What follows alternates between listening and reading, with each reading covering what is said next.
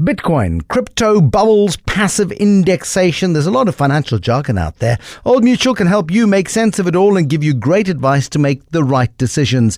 If you've got a question or want to know how to get the most out of your money, call them on 0860 60 60 60 or speak to an Old Mutual financial advisor or your broker. Today's the day. Get great financial advice so you can do great things.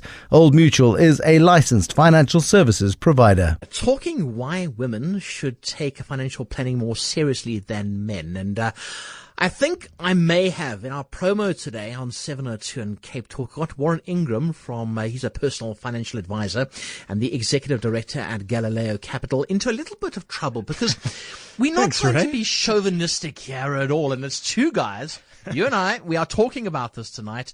Why is it very prudent for women to think about their financial future? So let's justify what we've been promoting all day. The floor is yours. Thank you so much. For fear of being accused of mansplaining, this is really just based on my observations, with our clients. So I mean, I've been doing this for more than 20 years. More than half of the people I deal with are women, and so it's just watching either the things that have worked for them or the things that have tripped them up over time with their money, and coming up with some observations. So let's lay it out there before someone throws something at me in the car on the way home. So I think the first thing is just sheer demographics. In other words, we need to acknowledge that we're all living longer, both men and women, but women definitely live sort of it's somewhere between 6 to 8 years longer than men do, and that's already a big issue because already we don't save enough as it is in South Africa. So for women, this is an issue that's even more important because it's 6 or 8 years, obviously right at the end of life when you're not earning money and you need to generate an income from your assets. So that's the starting point is when we were all sort of, as a world, dying at the age of 65, then 1 or 2 year difference in longevity between men and women wasn't a big issue. Yeah. Now it's 6 or 8 years, and I think that's only going to get bigger, that gap. But have things changed, though? I mean, I think of my parents. I think of the 1950s and 1960s where the guy went off to work, the girl stayed behind and made dinner. It was that old chauvinistic, and I say chauvinistic society. Things have changed now, though. Sometimes the woman goes off to work and the guy is the household guy. Yeah, well, that's a very, that would be ideal if that were the normal scenario where it didn't matter the gender of the person staying at home and the gender of the person working. Unfortunately, that's still not the case.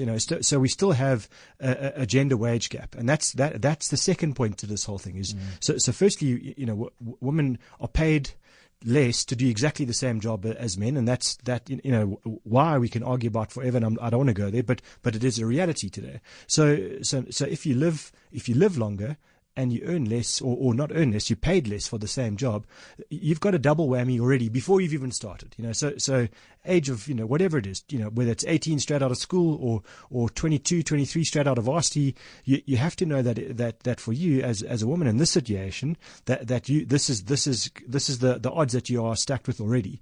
Yeah. So that's the starting point for this kind of a conversation. And I think, as you said, that those sort of cliched gender roles are long gone now. And if we look at at women in the workplace, it's very rare nowadays that a family can afford for either party to stay at home. And still to this day, it hasn't really changed that if someone's going to have to take a back step in their career, it's usually, in most instances, it is the woman. It is the mother of the children when there are kids involved. And I think that's the second point to note then. So if it is if that is the case, if that's a decision that was taken as a family, that that the husband's going to continue to work and the woman will work, but maybe that she'll be in a position where her earnings are going to be compromised, then you need to have a heck of a lot of discussions there and then. And talking to women potentially who are getting married, I always say to them, you need to consider your marriage contract very carefully. And you can watch the men start to squirm now, because one of the things I say to them is you need to know that if you get divorced, for example, and it's terrible to think about, but you have to. That's the conversation you have to have long before you get married.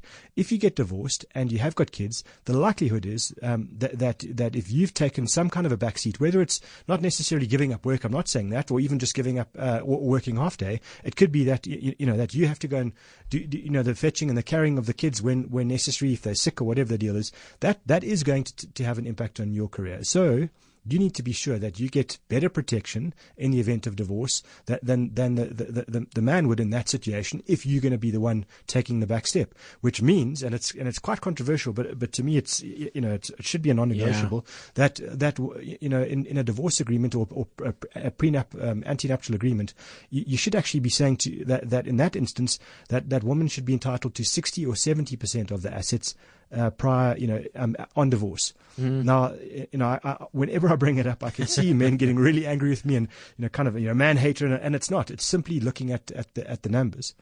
And if we talk about divorce, typically when there are kids involved, it's 9 times out of 10, yes, there'll be a divorce agreement, and yes, the male will bear some responsibility from a financial point of view in terms of education of children, maintenance, etc., etc. But if and courts in South Africa tend to favour giving the custody of children to women, primary custody, they will bear a bigger financial burden, because obviously they can't just you can't live in a 1-bedroom bachelor flat if you can afford to do something more, whereas the husband possibly can, or I guess the father, I shouldn't say the husband, the ex-husband. And so that means that even if you're getting maintenance, etc., you are going to carry a greater burden. So I think from a divorce planning point of view, you don't want to plan to get divorced, but protect yourself very carefully before the time. Look, life happens. It does happen. And very often, like you said, you'll have a single mom who has to get a nanny in or an au pair in, because that's what you have to do. And also it comes down to being a career woman as well. These days, many women say, you know what, I like the child, but not the husband. Yeah, and it's an interesting growing trend, and that's great, and that we have the freedom to make those decisions in this country and every other country nowadays. So the social pressure, I think, is gone.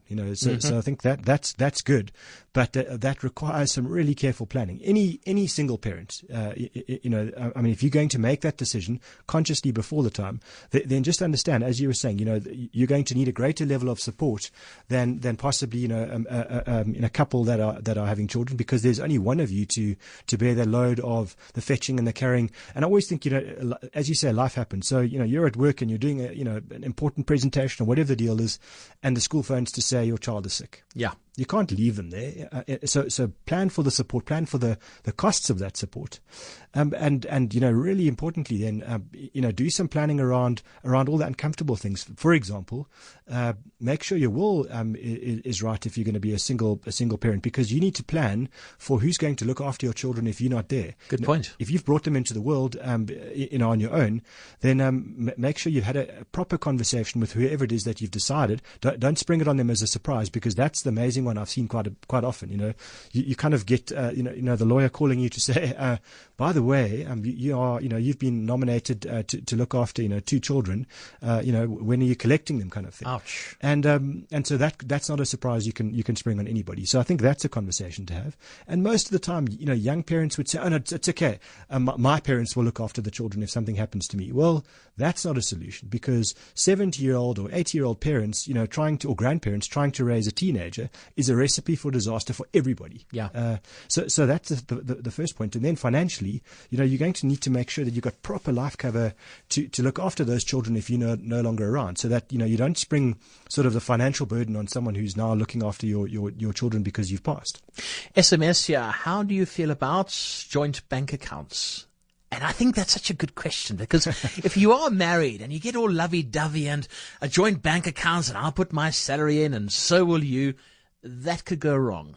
It can go wrong, and I think again it's a proper conversation to have before the time. So it depends on why you're doing it. If it's a pure money saving issue and there's no control element to this, then if you can work well together as a team to do that, great. But most of us have very different habits. We have different sleeping habits, exercise habits, and money habits.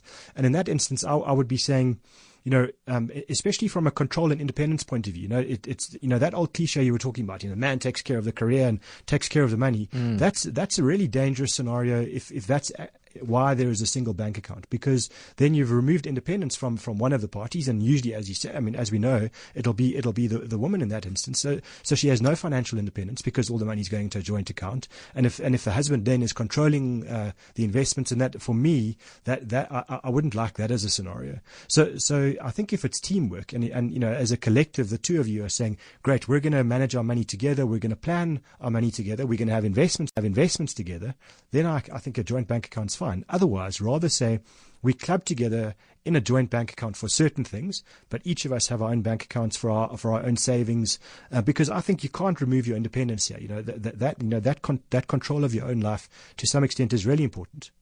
And then, of course, and I hate to say it because I'll bust a whole lot of people, secret bank accounts. Those when you are married and you're not sure if it's going to work out with this guy, but okay, I'll put some money away. I'll hide it. That also doesn't work out well very often, because when it's time to get divorced, they can find it.